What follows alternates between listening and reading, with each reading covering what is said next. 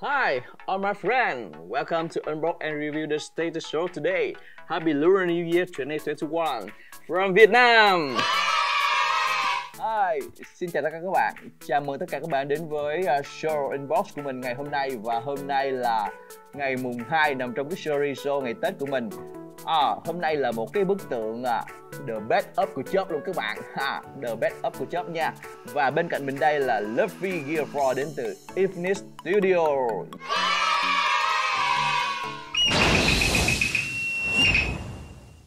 Gomu Gomu no King Kong Gun.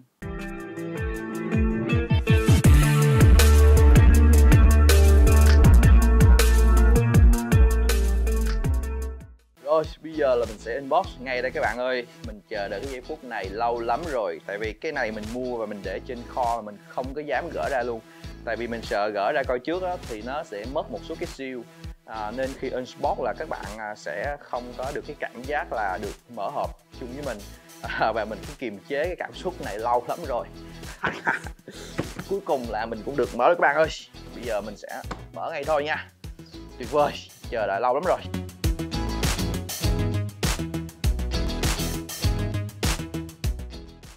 Mình đã thấy chữ là Infinite rồi. Wow, lần đầu tiên mình được unbox một cái hộp mà nó có một cái đai vậy đó các bạn.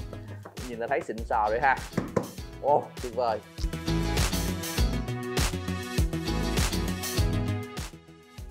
Wow, holy, wow, trời ơi. Mình coi trên hình mình không nghĩ là cái phần lâu đài nó to vậy luôn các bạn. Wow, quá là khủng khiếp các bạn ơi. Ở đây mình thấy có một cái phần thân của Luffy nè, phần cánh tay nè. Ok, bây giờ mình sẽ ưu tiên lấy cái phần nhỏ ra nha.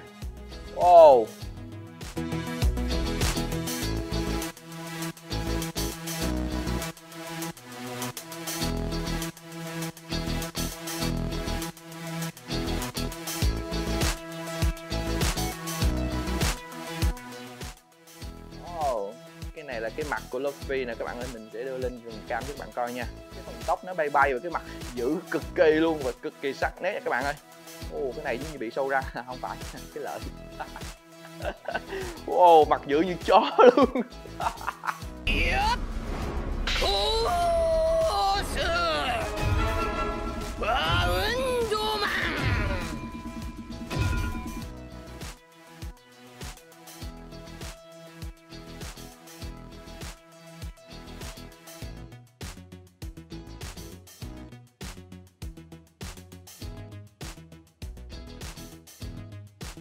Nặng lắm các bạn, một cái box rất là lớn, to khủng khiếp luôn.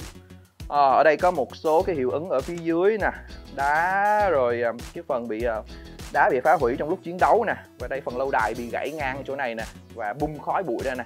Đây là những khói bụi, những cái mảnh vỡ của lâu đài. Ok, thì bây giờ là đã xong cái thùng thứ nhất rồi và tiếp tục xem cái thùng thứ hai, coi thử là có những cái bất ngờ gì tiếp cho các bạn nha. Đổ mồ hôi các bạn ơi, nhưng mà rất là đã luôn. Bây giờ đây là cái hộp thứ hai và trong này coi thử là có cái gì cho các bạn coi nha. Rồi, mình cũng cực kỳ hào hứng luôn.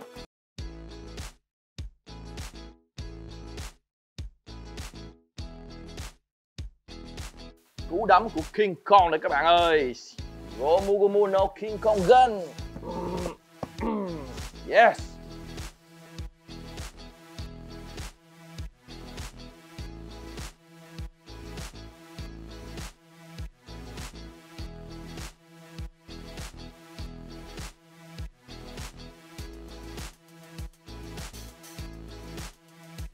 Và cuối cùng là một cái tay đấm. Cái này cũng là cái lý do để mình khui cái em Luffy này trong ngày mùng 2 Tại vì sao các bạn nhìn nè. Ngày mùng 1 mình đã unbox em MK44 Hushwater nguyên màu đỏ. Và đây cũng là ngày mùng 2 Mình muốn các bạn thấy được cái màu đỏ rất là lớn và đem lại sự may mắn cho các bạn trong năm mới nha. Rồi, thì mình lấy cái này ra luôn. Okay.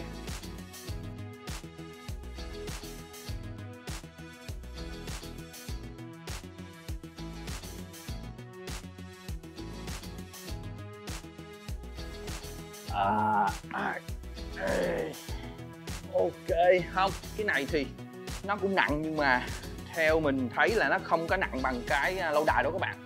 Cái chất liệu này là nó nhẹ hơn, nhưng mà cũng nặng nhưng mà nó nhẹ hơn. Ok, đây là tiết mục tập tạ mùng 2 của mình. Hôm mùng 1 mình tập rồi, giờ mùng này mình tập tiếp. Rồi, ok. Ok, đây là phiên bản Luffy tập tạ nha các bạn.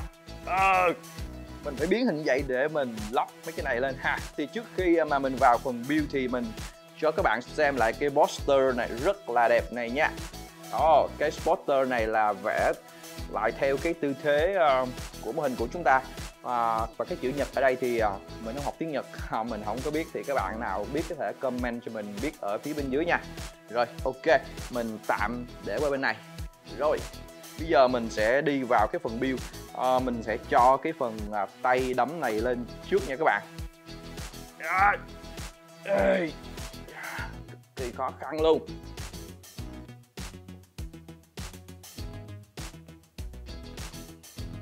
Rồi, ok, mình đã lắp cái tay đấm King Kong lên của Luffy lên rồi các bạn.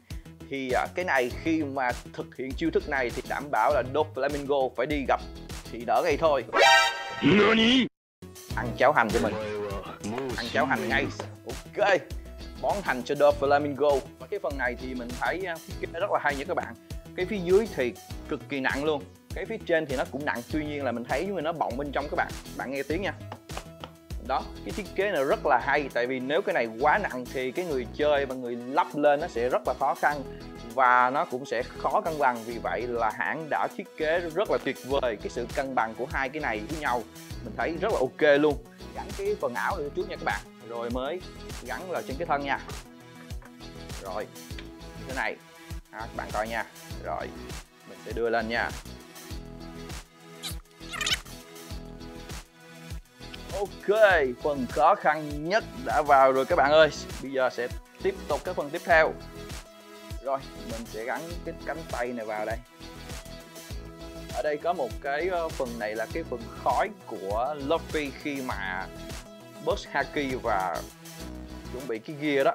Thì cái này là cái khói bốc quanh người. Cái này là một cái part mình cho rằng rất là đẹp đẽ nha. Mà mình nhìn nó giống như là cái ngọc trai đó các bạn. Ok, đã vào rồi các bạn. Thì bây giờ mình sẽ gắn cái tay lại nha. Rồi, cực kỳ ngon lành ha. Ok, thì vừa rồi mình đã lắp hết những cái part có vẻ là khó khăn nhất trên mô hình này rồi. Và bây giờ đã thấy cái sự đẹp đẽ của em thấy chưa các bạn? Tuyệt vời ha. Nếu thấy thích thì hãy cho em ấy một like, một share ngay bây giờ và bấm cho mình cái nút subscribe bên cạnh nha. Ok, bây giờ mình sẽ lắp tiếp các part còn lại cho các bạn coi ha. Ở đây thì mình thấy có một cái chớp của cái tòa lâu đài. Lúc nãy mình đã nói là họ sợ bị gãy đó nên bỏ ra riêng. Bây giờ mình sẽ lắp lên cho các bạn coi luôn. Đưa vào. Đó, thì cái này là tổng thể của cái tòa tháp này các bạn. Rồi, mình có cái part nhỏ nè, vui vui nè. Có một cái nón rơm ha. Rồi, mình sẽ gắn vào đây. Rồi bây giờ tới cái phần tơ của Doflamingo. Cái này thì mình đã quan sát rồi ha, khá là hay nha các bạn. Ở phía dưới này mỗi cái sợi tơ nó có sơn một cái màu. Thì ở trên cái đế này, những cái mảnh này nè, mỗi cái đế nó sẽ có một cái vị trí sơn cùng cái màu. Mình chỉ việc kiếm cái màu cùng cái màu này và mình lắp vào thôi, cực kỳ đơn giản luôn.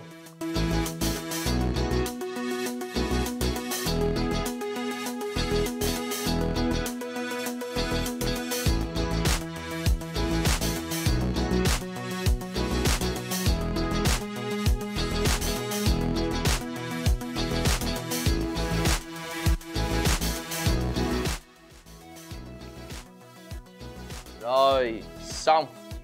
Bây giờ còn cái nón đấu trường của Luffy, mình sẽ bỏ lên trên luôn.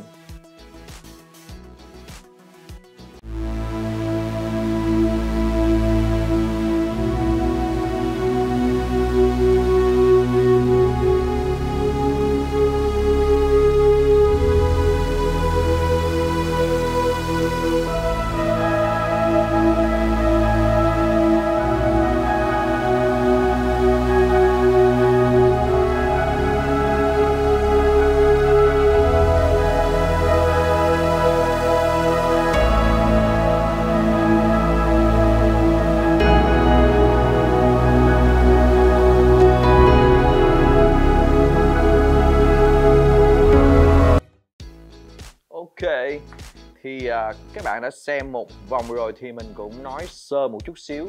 Thì ở bức tượng này mình thấy có một sự cân bằng rất là tốt nha các bạn.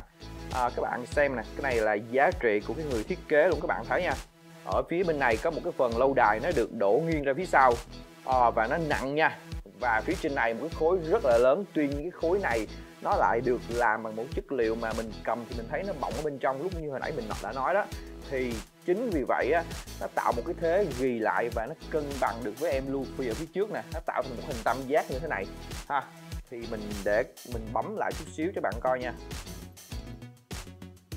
Các bạn có thể thấy được cái hình tam giác như thế này ha. Nó đổ ở phía này và nó đập về phía này thì nó tạo được cái sự cân bằng. Và phía trên này họ thiết kế nó nhẹ hơn ở phía dưới này. Vì vậy thì cái mô hình nó mới đứng vững được và nó ở trong một cái tư thế rất là cân bằng nha các bạn. Cái này là giá trị của thiết kế nha các bạn.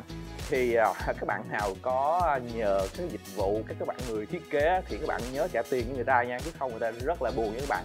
Đừng có bắt người ta làm free nha. Ok, bây giờ thì mình sẽ review chi tiết em này cho các bạn coi nha. Ok, mình sẽ đi từ trên xuống dưới luôn. Về những cái chi tiết này, cái tổng thể này nó đi với nhau thì cái này mô hình là nó tạo một cái tư thế là mô hình động nha các bạn. Một tư thế mà Luffy đang bay lên để thi triển cái Gear 4 và đánh xuống Doflamingo.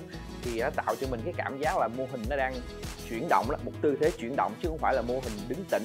Và ở phía trên này là một cái cánh tay, cái phần cánh tay phía này ha, nó phình to ra.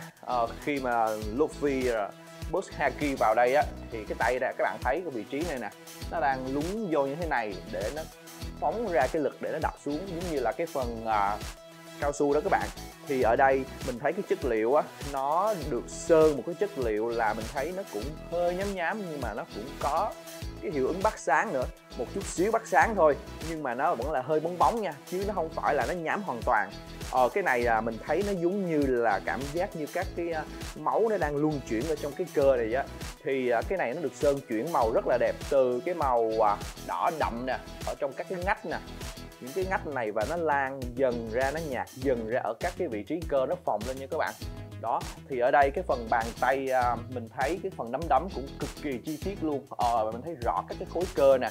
Đó, thì ở đây nha, mình thấy một số cái đường gân nó chạy rất là mạnh mẽ luôn.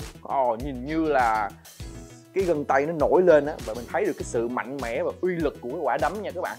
Và trên này thì mình thấy có những cái đường lượng, cái này là cái phần khói, bụi và những cái chi tiết nhỏ nhỏ trên này là những cái phần bị vỡ của lâu đài, nó đang văng trên này, tạo cảm giác như là Luffy đang lấy cái tay từ phía dưới trên đó, đưa lên phía trên mà kéo những phần này lên vậy đó. Thì mình nhìn nó rất là động á, nhìn nó cực kỳ hành động luôn.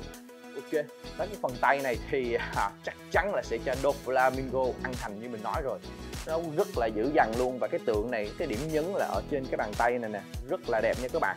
Rồi, ok, xuống cái phía dưới này thì các bạn có thể thấy được là cái phần thân của Luffy cũng được căng phồng lên nè. Lúc này là Luffy đang boost haki vô đó các bạn. Thì ở đây các cái khối cơ ngực nè và các cái cơ mà cái phần cơ bắp của cái cơ bụng đó nó cũng được nổi lên. Ok, mình thấy 8 múi luôn các bạn ơi, và được sơn những cái chi tiết wow rất là đẹp nha các bạn. Nó giả cái màu da cực kỳ chân thực luôn, cái màu đậm màu nhạt. Và cái vị trí này các bạn có thể thấy được cái phần cái này là cái vết thẹo nè. Cái vết thẹo này là khi trong cái trận chiến với Đô Đốc và đi với Jinbe là bị đánh vào đó. Cái vết thẹo này mình nhìn rất là hay nha. Tại vì trong cái vết thẹo này các bạn có thể thấy được những cái vị trí cơ luôn. Cái này là mình nhìn giống như là cái phần da nó bị lột ra, và các bạn thấy được cái phần cơ bên trong da của cái Luffy đó. Và cái phần thẹo này cũng được phình to lên, khi mà Luffy bóp cái người Luffy to ra thì cũng được phình to ra theo, các bạn thấy không? Cực kỳ chi tiết luôn. Ở phía trên này thì mình thấy cái hình xăm bộ lạc đó. Khi mà boost haki và sử dụng cái haki với cái Gear 4 thì cái hình xăm bộ lạc bắt đầu lan trên đây nè. Và mình thấy là cực kỳ chi tiết nha. Cái này không phải là sơn lên không thôi đâu, mà hãng còn khắc luôn. Mình thấy là hãng khắc cái đường rãnh để phân biệt giữa cái hình này và cái phần da luôn các bạn. Nhìn nó lõm vô và nó sắc nét lắm, nó không có phải là cái phần sơn không. Ở đây mình thấy có một cái trạng thái là cái bàn tay nè. cái tay phía bên tay trái này cũng được Boss Haki, nhưng mà tại vì đang dồn ở bên tay phải nên cái tay trái này cũng như là thủ thế đó, các bạn thấy không? Và cũng được sơn cái màu tương tự như cái bên tay phải, và cũng có những cái đường gân nè đi và những khối cơ bắp được thổi phồng lên, nhìn nó cực kỳ là mạnh mẽ luôn. Mình thích cái chi tiết này quá luôn các bạn ơi, thế rất là đẹp. Và mình nói bên lề một chút xíu về cái tư thế này thì Oda đã lấy cái hình tượng cái người hộ pháp, cái vị thần hộ pháp trong Phật giáo, đó là ở Nhật Bản người ta gọi đó là thần Neo các bạn. Thần Neo này thì là cái thần hộ pháp ở chùa và có cái tướng đứng như thế này đó. Và cái phần cái tượng này thì nó có cái phần dải lụa bay xung quanh người. Thì ông Oda ông rất là hay, ông kết điệu cái phần hơi nước mà lúc Luffy Boss Haki vô đó, phần hơi nước trong người nó bốc ra. Thì các bạn nhìn đây nè, cái chi tiết này nè, đó, cái này là cách điệu lại của cái dải lụa của thần hộ pháp nha các bạn. Cực kỳ hay ha. Mình thấy cái truyện tranh Nhật Bản họ làm một cái rất là hay. Khi mà họ sáng tạo một cái truyện á, thì họ đưa cả cái vật lý, sáng tạo ra cả một cái vật lý và thế giới quan cho cái chuyện đó luôn. Và họ lấy rất là nhiều cái hình tượng ở bên ngoài đưa vào. Vì vậy khi mà chúng ta xem á, chúng ta thấy những chi tiết đó tuy là những cái chi tiết nó không có thật nhưng mà nó lại rất là hợp lý, tại vì lấy từ cuộc sống cho các bạn nên mình nhìn nó rất là hay luôn. Nói một chút xíu thêm về cái phần dải lụa được cái thiết kế ở đây thì mình thấy cái đây là chất liệu resin, nhưng mà họ làm cái chất liệu nó hơi không có trong quá mà cũng không có đặc quá, mình có thể nhìn xuyên qua được. Và có những cái chi tiết màu họ đưa vào mình nhìn thật sự là giống như một cái dải ngọc trai hơn đó các bạn, chứ không phải là một cái dải lụa nữa. Nhưng mà mình nhìn nó rất là hay luôn các bạn, mình thấy nó rất là thích luôn đó. Và nó uốn lượn theo một cái đường, nó tạo như cái làn khói nó bay ra dần dần. Thì các bạn có thể thấy là cái gì khói dữ vậy. Luffy nhập rồi các bạn. Cái gì đây? Cái đây là hơi nước của Luffy đang bốc ra khi Boss Haki đó các bạn ơi. Ok, vừa rồi là một cái shot nhỏ mình làm để tăng cái độ hấp dẫn khi mình nói về cái phần hơi nước nó bốc xung quanh này thôi. Tại vì mình cực kỳ thích cái part này luôn. Cái part này, cái chi tiết làm cực kỳ đẹp, mình cực kỳ thích luôn, rất là thích cái chi tiết này nha các bạn. Phần phía sau này, cái áo của Luffy nè, mình nhìn cái áo này rất là tinh xảo nha. Không biết là họ đúc như thế nào nhưng mà mình có thể nhìn được những cái gợn, gọi là cái gợn vải đó, cái gợn vải đi trên này luôn. Không chỉ là làm cái áo nó bay lượn nha, mà còn thấy được cái gợn vải trên này. Ở đây mình thấy những cái họa tiết hoa hướng dương thì mình nhìn kỹ rồi, mình nghĩ đây là cái họ dán cái phần đề can nước đó các bạn. Chứ mình nghĩ sơn thì không được như thế này đâu. Các bạn có thể nhìn qua màn hình, các bạn có thể thấy được cái này là đề can dán rồi thôi, nhưng mà cực kỳ tinh xảo. Mình phải dùng cái từ là cực kỳ tinh xảo nha các bạn. Ok, về cái phần mặt thì các bạn nhìn nè, wow, cái này là Luffy đã lên đến cái trạng thái là thịnh nộ cực điểm rồi, cực kỳ tức luôn nè, các bạn thấy không? Ở đây nè, cái khuôn mặt nè, cắn cái răng rất là to và cực kỳ thần thái, nhìn về đúng cái hướng tay chuẩn bị đấm xuống đó các bạn. Mình thấy là hãng sơn rất là chi tiết nha, từng cái răng nè, vị trí cái răng là từng cái đường sợi sơn, họ sơn từng cái đường rất là mảnh luôn, nhỏ xíu à. Nhưng mà rất là chi tiết. Và trên cái mặt đó không phải là một cái màu nha các bạn nhìn kỹ nè, cái mặt này là cái phần giả da màu sáng rồi sau đó đi vào màu tối, có nghĩa là các chuyển động của ánh sáng nó tạo cái khối trên mặt á, nó rất là đẹp. Và ở trên này cái phần trán cũng làm những cái vết nhăn nè, cái trán nhăn xuống khi mà mình đó, cái trán nhăn lại đó thì các bạn thấy nè, họ làm cực kỳ chi tiết luôn và rất là đẹp. Tuy là mô phỏng theo hoạt hình nha, nhưng mà cái khuôn mặt, cái hoạt hình này cực kỳ thần thái nha các bạn, rất là thần thái luôn. Về phần tóc thì cũng được làm sơn rất là đẹp nè các bạn ơi. Những cái lọn tóc nó lượn như thế này. Với cái tóc này thì tự nhiên mình nhớ đến Sudoku đó các bạn, từng cái lọn hơi giống Sudoku ha. Và bay lên, nhưng mà cái tóc này họ làm cũng rất là kỹ nha. Các bạn có thể nhìn được cái màu nó chuyển nè, ở trên này mình thấy có một cái màu nâu giống như là tóc bị cháy vậy đó, và nó chuyển dần xuống màu đen chứ không phải là màu đen tuyền nha các bạn. Nhìn nó có nghĩa là họ làm nó rất là kỹ luôn. Và phía ở đây mình thấy có một cái nón nè, thì cái nón này á họ làm cái phần dây này không làm dây mềm. Tại vì mình nghĩ nếu mà làm dây mềm đeo vào cái cổ này thì nó sẽ rũ xuống, thành thử là họ phải làm cái dây cứng.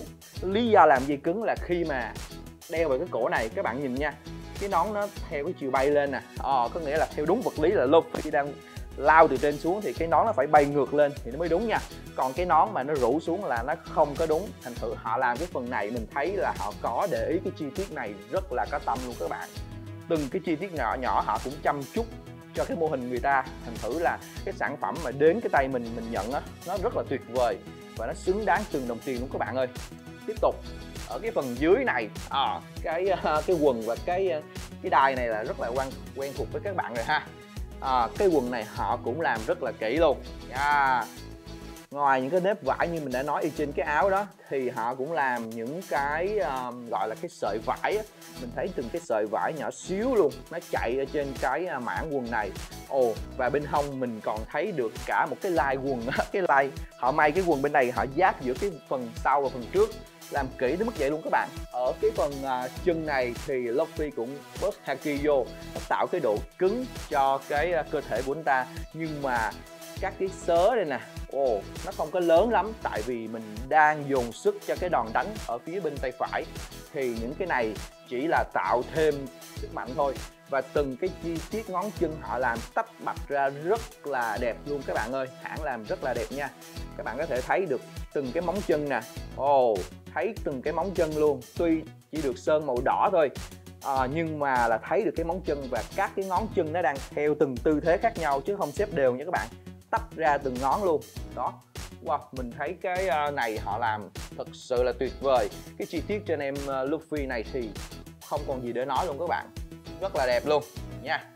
Rồi, ok, về cái phần phía dưới này thì mình có thể thấy được cái hiệu ứng của cái lâu đài nó vỡ vụn, nó văng ra nè, y như là các bạn coi phim các bạn thấy mà một cái trái bom mà đánh xuống một cái vị trí, nó nổ bùm ra một cái là các bạn thấy các khói bụi nó bay rồi các cái mảnh nó văng đó. Thì cái đây giống như là mình ngưng động cái khoảnh khắc bị nổ vậy đó. Mình thấy nó rất là động luôn, nhìn nó mình nhìn nó đang đứng yên nhưng mà mình cứ nhìn vô mình thấy nó động, giống như các bạn coi truyện tranh vậy đó. Từ tranh này qua tranh khác, chỉ là hình vẽ thôi nhưng mà mình cảm giác nó có cử động đó. Cái kiểu là như vậy, nó tạo cho mình cái nhìn nó đã đó, rất là đã luôn. Thì ở trên này các cái chi tiết này tuy là mô phỏng theo anime thôi nha các bạn và truyện tranh, nhưng mà họ làm mình thấy là rất là có tâm và tinh xảo. Thật ra những cái mảng lớn như thế này á, mình nhìn thấy nó thua thì thôi nhưng mà họ cũng chăm chút rất là kỹ.